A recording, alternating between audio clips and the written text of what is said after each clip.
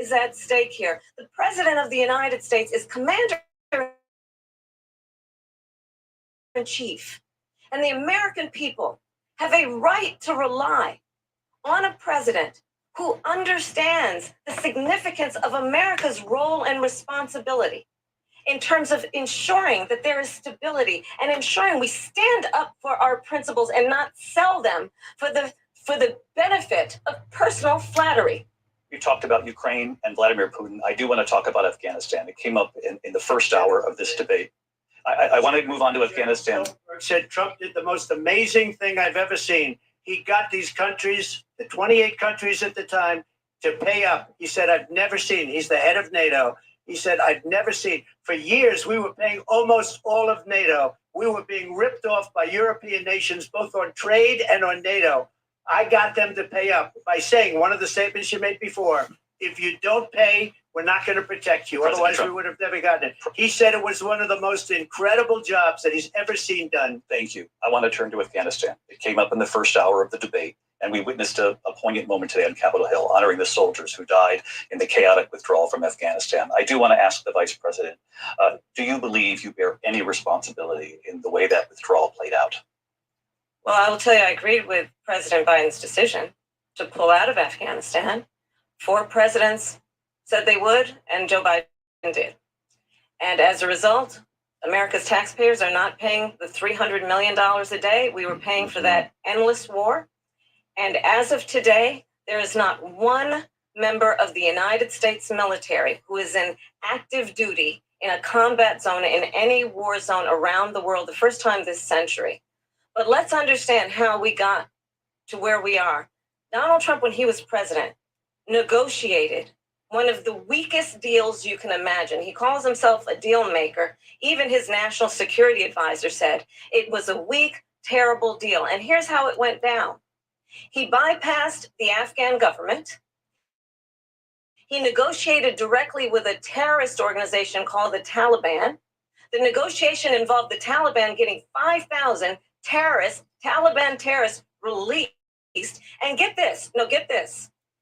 And the president at the time invited the Taliban to Camp David, a place of storied significance for us as Americans, a place where we honor the importance of American diplomacy, where we invite and receive respected world leaders. And this former president, as president, invited them to Camp David because he does not, again, appreciate the role and responsibility of the President of the United States to be Commander-in-Chief with a level of respect. And this gets back to the point of how he has consistently disparaged and demeaned members of our military, fallen soldiers, and the work that we must do to uphold the strength and the respect of the United States of America around the world. Vice President Harris, thank you. President Trump, your response to her negotiations with the Taliban. So if you take a look at that period of time, the Taliban was killing our soldiers, a lot of them, with snipers. And I got involved with the Taliban because the Taliban was doing the killing. That's the fighting force within Afghanistan. They don't bother doing that because, they deal with the wrong people all the time. But I got involved. And Abdul is the head of the Taliban. He is still the head of the Taliban. And I told Abdul, don't do it anymore. You do it anymore, you're going to have problems. And he said, why do you send me a picture of my house? I said, you're going to have to figure that out, Abdul. And for 18 months, we had nobody killed. We did have an agreement negotiated by Mike Pompeo. It was a very good agreement. The reason it was good, we were getting out. We would have been out faster than them, but we wouldn't have lost the soldiers. We wouldn't have left many Americans behind, and we wouldn't have left $85 billion worth of brand new, beautiful military equipment behind. And just to finish, they blew it. The agreement said you have to do this, and they didn't do it.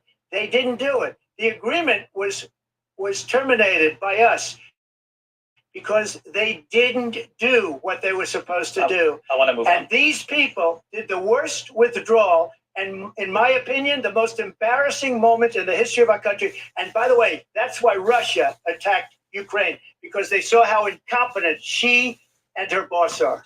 President Trump, thank you.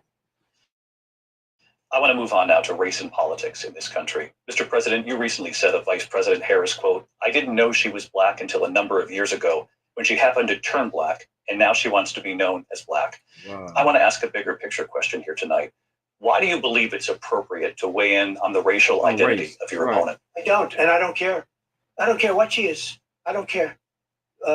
You make a big deal out of something. I couldn't care less. Whatever you she made a wants to deal be out is of that. okay with Because me. you made a deal out But of those that were with your Obama words, so too. I don't know. I don't know. I mean, all I can say is I read where she was not black that she put out. What sense did that make, though? I'll say that. And then I read that she was black, and that's okay. Either one was okay with me. That's up to her.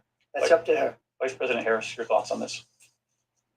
I him, think baby. honestly, I think it's a tragedy that we have someone who wants to be president who has consistently, over the course of his career, attempted to use race to divide the American people. Exactly. You know, I do believe that the vast majority of us know that we have so much more in common than what separates us, and we don't want this kind of approach that is just constantly trying to divide us, and especially by race. And let's remember how Donald Trump started. He was land, he owned buildings, and he was investigated because he refused to rent The black people. property to black families. Let's remember, this is the same individual who took out a full-page ad in the New York Times calling for the execution of 5 young Black and Latino boys who were Wow. innocent, the Central Park I 5. remember that. And they was innocent. Took out a full-page He was ad trying to kill him. calling for their execution. This is the same individual who spread birther lies about the first Black president of the United States. And I think the American people want better than that, Right, right. want better than True this, story, true story. want someone who understands, as I do, I travel our country. Get him, We baby. see in each other a friend. We see in each other a neighbor. Get him. Want a leader who is constantly trying to have Americans point their fingers at each other. Come on now. I meet with people all the time who tell me, can we please just have discourse about how we're going to invest in the aspirations and the ambitions and the dreams of the American people? Knowing that regardless of people's color or the language their grandmother speaks, we all have the same dreams and aspirations and want a president who invests in those, not in hate and division. There you go. Vice President Harris, thank you. Lindsay? President Trump, this is now your 3rd time. This is the most divisive presidency in the history of our country. There's never been anything like it. They're destroying our country, and they come up with things like what she just said. Going back many, many years, when a lot of people, including Mayor Bloomberg, agreed with me on the Central Park 5, they admitted, they said, they pled guilty. Yeah, but they was And I innocent. said, well, if they pled guilty, they badly hurt a person, killed a person ultimately. They forced them to plead guilty. then They scared them well, little not boys. guilty. But this is a person that has to stretch back years, 40, 50 years ago, because there's nothing now. I built one of the greatest economies in the history of the world, and I'm going to build it again. It's going to be bigger, better, and stronger.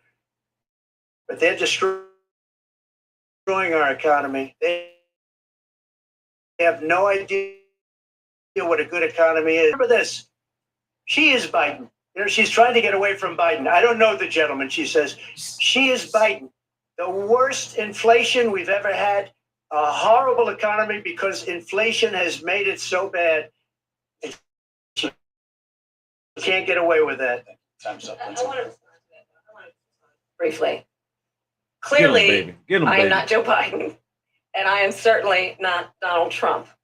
And what I do offer is a new generation of leadership for our country. Time about mommy. One who believes in what is possible, one who brings a sense of optimism about what we can do instead of always disparaging the American people.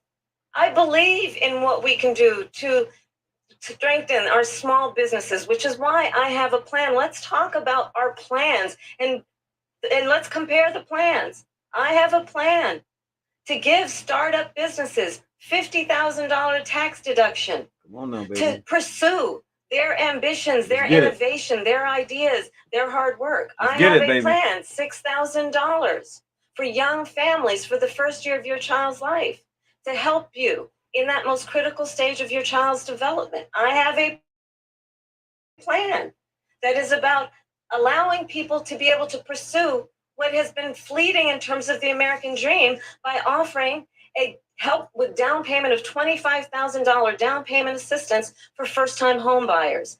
That's the kind of conversation, I believe, David, that people really want tonight, as opposed to a conversation that is constantly about belittling and name calling.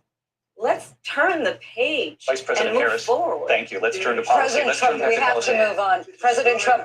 Let's turn to policy, She has please. a plan to defund the police. She has a plan to confiscate everybody's gun. President Trump, She has you a have to plan move on to to not other allow issues. fracking, and that's what her plan is. Until Come on just now, recently. Donald. I Stop just need that. to respond President because Trump, enough. the President former Trump, president has no, said that's something enough. twice that I need to No, respond to. I'm sorry. We're I just gonna need to move on, respond Vice one President time Harris. to what he has President said Trump, this multiple is times. now your third time running for president. You have long vowed to repeal and replace the Affordable Care Act, also known as Obamacare. You have Obamacare. failed to accomplish that. You now say you're going to keep Obamacare, quote, unless we can do something much better. Last month, you said, quote, we're working on it. So tonight, What's more 9 better? years after you Exactly. first started What's running, more do you better have now? a plan? And can you tell us what it is? Obamacare was lousy health care, always was. It's not very good today. And what I said, that if we come up with something, and we are working on things, we're going to do it, You and said we're going you to come up with replace it. something But better. remember Evidently, this. ain't came with I nothing better. inherited Obamacare because Democrats wouldn't change it. They wouldn't vote for it. They were unanimous. They wouldn't vote to change it. If they would have done that, we would have had a much better plan than Obamacare.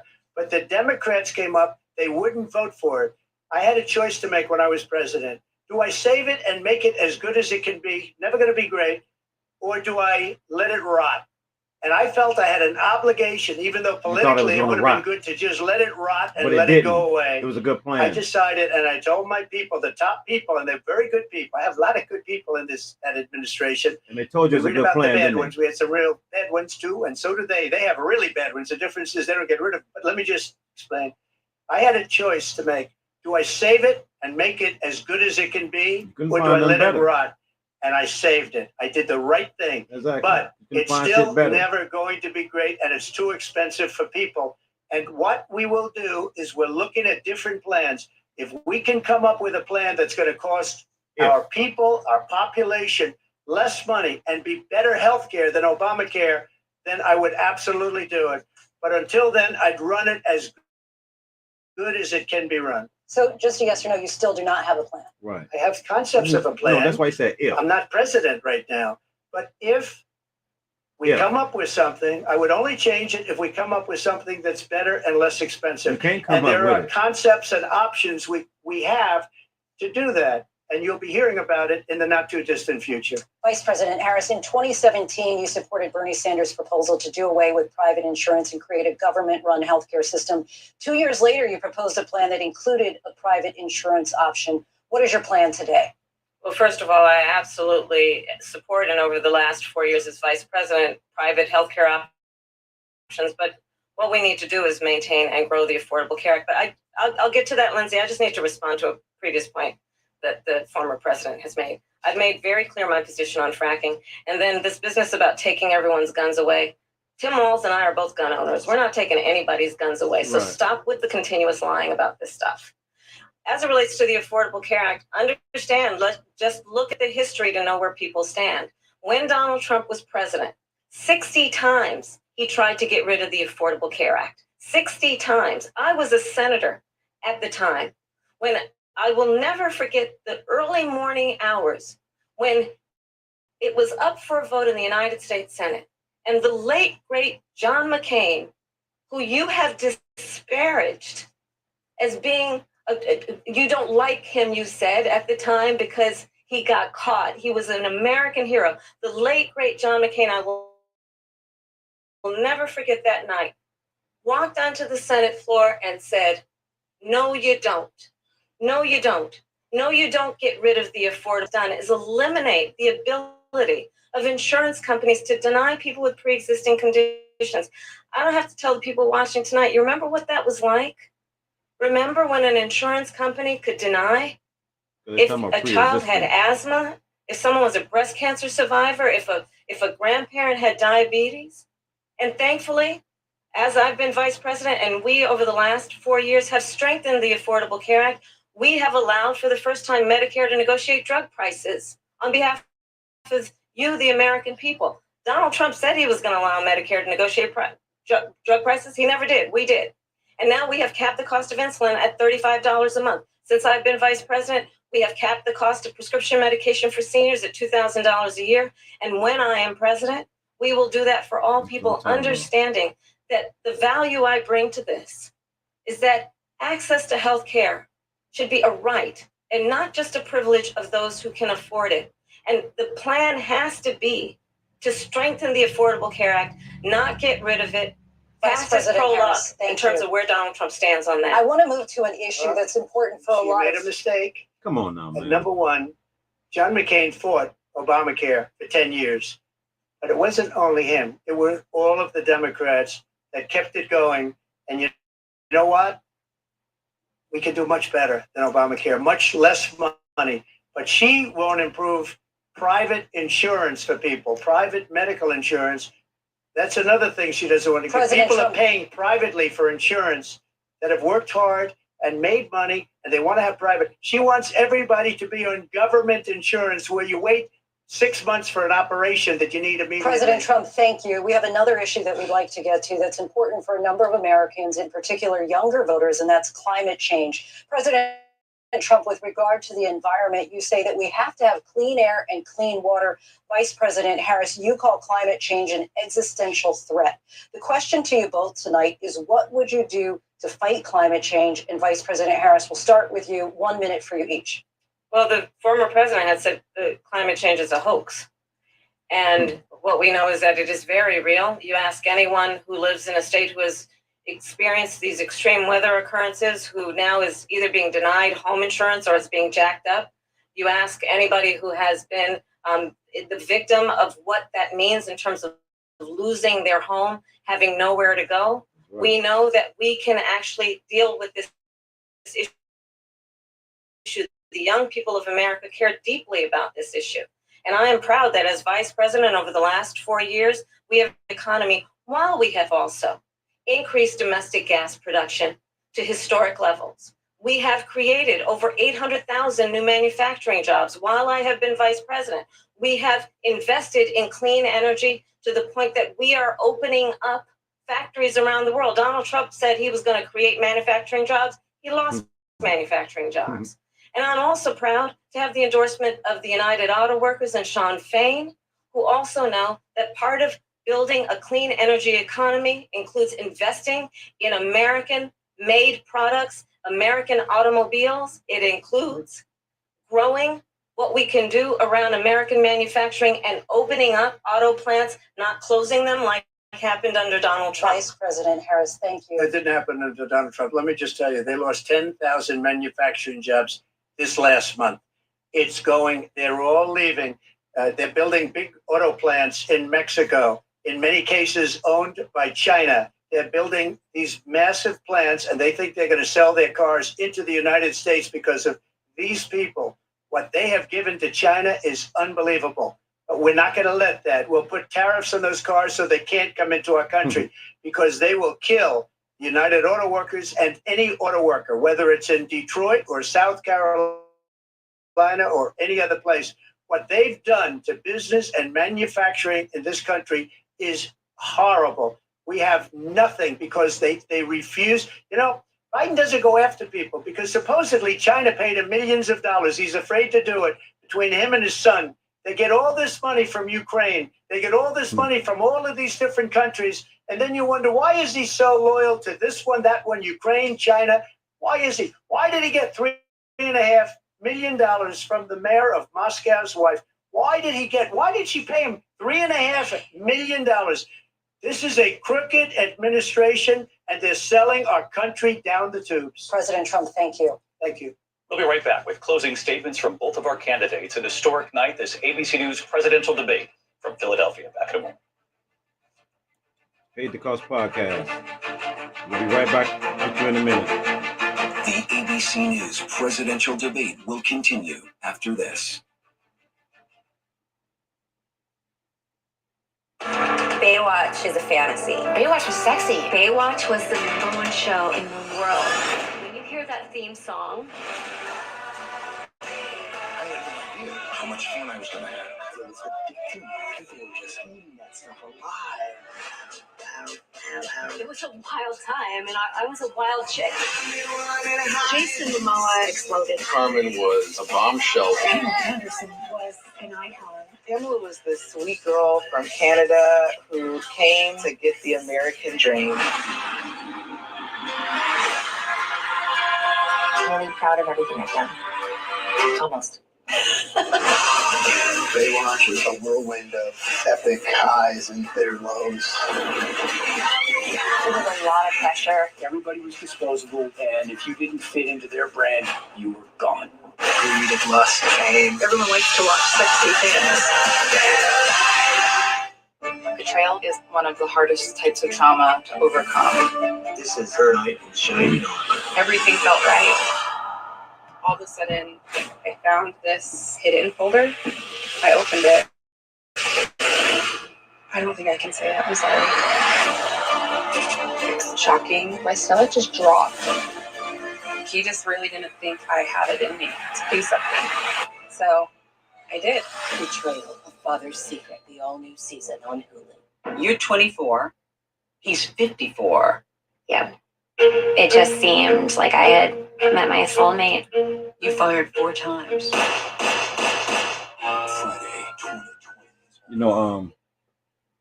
As we talk about the debate, we're gonna, we see that the world is kind of like divided. This guy Donald Trump is, he's actually playing the race card, and as he played the race card, he makes it seem like she's not,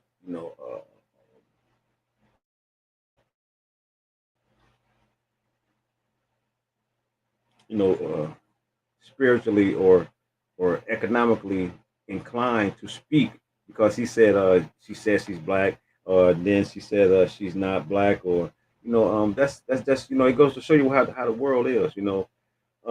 He's bringing hatred in already, and we don't need that. We don't need that for our country. We don't need hatred or disapproval of someone just because of their color. If that's the case, us as blacks, we would have been like that. We got the most reason to have hate in our heart, but we're the most forgiving people. And being the most forgiving people, people tend to overlook that and tend to not understand that. Sometimes your quietness is just your presence to be like, I'm trying to save face and I'm really trying to be humble. It's only one race of people. There's different nationalities, but there's only one race of people. We all one race. But the difference in our pigmentation goes by the region that we're comes from, the region that we're from, or our ancestors from. So it goes back to like when they talk about these Europeans, Europe is Europe, but you got where you see white Caucasian, white Africans and things like that. That goes to show you. It's all about the pigmentation, and a lot of times the pigmentation comes from when you say Caucasian, it's because of the Caucasus Mountain, and that's where the sun. I really don't know the ins and outs of it, but from what I was told that it's not too much sun that will get to your pigment. That will make that so you won't get that melanin that's in your skin. So that's where Caucasus Mountain come from. So we're finna get back into this, the last end of the debate, and Paid the Cost Here Podcast. again, David Muir Let's and get it. Lindsay Davis. Welcome back tonight. The time has come for closing statements, and Vice President Harris, we begin with you. Let's get it, baby. So I think you've heard tonight two very different visions for our country. One that is focused on the future, and the other that is focused on the past, and an attempt to take us backward. But we're not going back. No. And I do believe that the American people know we all have so much more in common than what separates us. That's right. And we can chart a new way forward. And a vision of that includes having a plan, understanding the aspirations, the dreams, the hopes, the ambition of the American people, which is why I intend to create an opportunity economy, investing in small businesses, in new families, in what we can do around protecting seniors, what we can do that is about giving hardworking folks a break and bringing down the cost of living. I believe in what we can do together that is about sustaining America's standing in the world and ensuring that we have the respect that we so rightly deserve, including respecting our military and ensuring we have the most lethal fighting force in the world.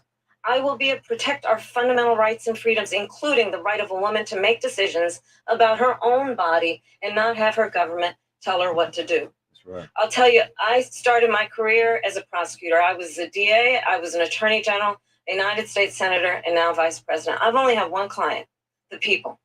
And I'll tell you, as a prosecutor, I never asked a victim or a witness, are you a Republican or a Democrat? The only thing I ever asked them, are you okay? And that's the kind of president we need right now. Someone who cares about you and is not putting themselves first. I intend to be a president for all Americans and focus on what we can do over the next 10 and 20 years to build back up our country by investing right now in you, the American people. Vice President Harris, thank you. President Trump? So she just started by saying she's going to do this, she's going to do that, she's going to do all these wonderful things. Why hasn't she done it? She's been there for 3.5 years. They've had 3.5 years to fix the border. They've had 3.5 years to create jobs and all the things we talked about. Why hasn't she done it? She should leave right now, go down to that beautiful White House, go to the Capitol, get everyone together and do the things you want to do, but you haven't done it and you won't do it because you believe in things that the American people don't believe in. You believe in things like we're not going to frack, we're not going to take fossil fuel, we're not going to do things that are going to make this country strong, whether you like it or not. Germany tried that, and within 1 year they were back to building normal energy plants. We're not ready for it. We can't sacrifice our country for the sake of bad vision. But I just asked one simple question. Why didn't she do it? We're a failing nation. We're a nation that's in serious decline. We're being laughed at all over the world. All over the world, they laugh. I know the leaders very well. They're coming to see me. They call me. We're laughed at all over the world. They don't understand what happened to us as a nation. We're not a leader. We don't have any idea what's going on. We have wars going on in the Middle East. We have wars going on with Russia and Ukraine. We're going to end up in a third world war, and it'll be a war like no other because of nuclear weapons, the power of weaponry. I rebuilt our entire military. She gave a lot of it away to the Taliban. She gave it to Afghanistan. What these people have done to our country, and maybe toughest of all, is allowing millions of people to come into our country. Many of them are criminals, and they're destroying our country. The worst president, the worst vice president in the history of our country. President Trump, thank you. And that is our ABC News presidential debate from here in Philadelphia at the National Constitution Center. I'm Lindsay Davis. And I'm David Muir. Thank you for watching here in the U.S. and all over the world, and from all of us here at ABC News. Hate the Cost Podcast. 2024 debate. Kamala Harris. Donald Trump. Going to get the first black woman president.